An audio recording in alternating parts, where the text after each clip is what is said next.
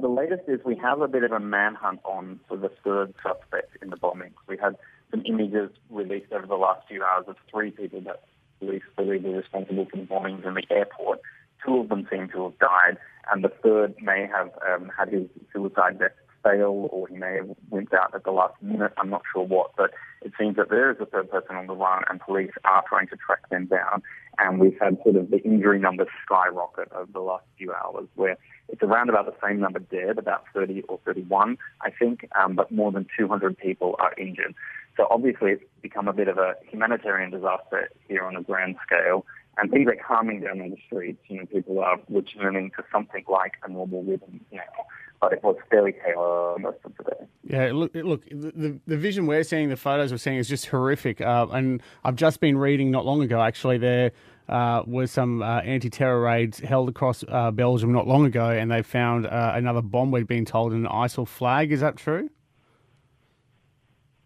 I've heard about the flag, but details are pretty sketchy for us even here, because the truth of the matter is there are just so many resources being thrown at tracking other people down now. There's not so much being put into official communication. So details are a bit sketchy for us as well, but that is something I've heard.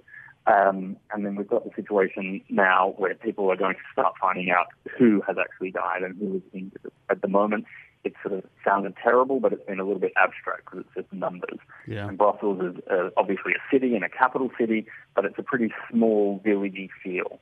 And so the whole tragedy is going to feel a bit different in the morning as people start to realise that it was their friends or their family or their colleagues that have been hurt. Yeah, I was going to ask you about that. What's the general feeling with those people, like the normal person in Brussels? Obviously terrified. Are they taking precautions themselves? Well, we were essentially all kept indoors for most of the day under official advice.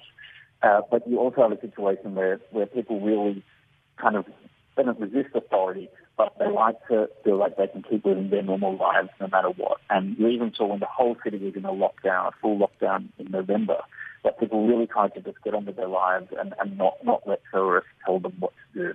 But I think maybe more people are a bit shaken by today's events, and people are going to heed the advice a little bit more now, because there was a sense, okay, probably something is going to happen in the town.